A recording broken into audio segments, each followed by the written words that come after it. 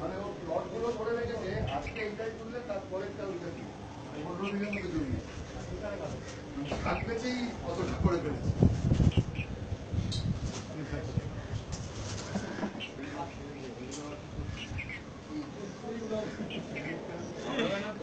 না না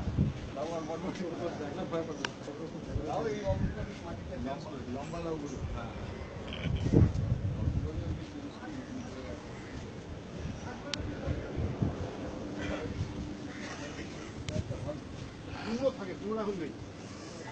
সবই এই যে মাটি এই দিন পড়া হয়েছে নামিয়ে আবার এই যে এইখান থেকে এই পর্যন্ত মাটি তুলে আবার ইয়ে করেছি, আর এইখানটা মাটি তুলে তুলেছি, ঠিক আছে, এইখানটা সব তুলেছি। এবার নতুন যেমন গাছ উঠছে, ঠিক আছে, এটা ধরুন না দিন 15 পরে দেখুন পুরো জায়গাটা বড় করে এই যেমন এই যে লাউ গাছ প্রত্যেক গোটায় গোটায় লাউ, ঠিক আছে,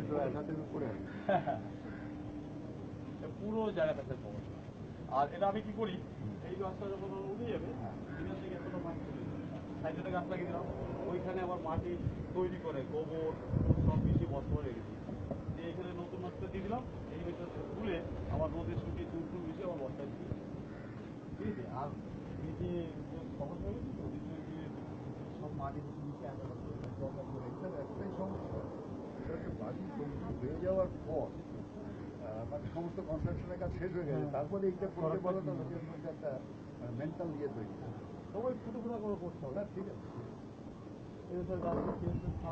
বাড়ি তৈরি করার সময় যদি স্ট্রাকচারটা করিয়ে নেওয়া যায় তাহলে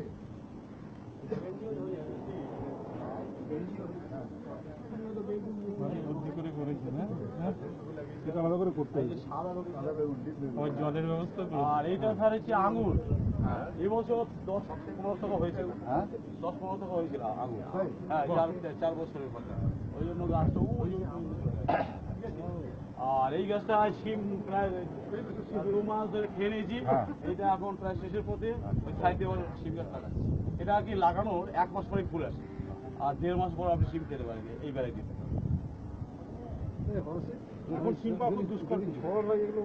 না এখানে ঝড় উল্টো কি করে, সব তো বাধা আছে, উল্টো কি করে, সব নাট বল্টু দিয়ে আটকানো আছে বাড়ি। অনেকে বলে ভাবে কি মাটি ছাদেই মনে হয় মাটি ফেলে আয়নার সময় ছিল, হ্যাঁ 6 বছর থেকেই করছে।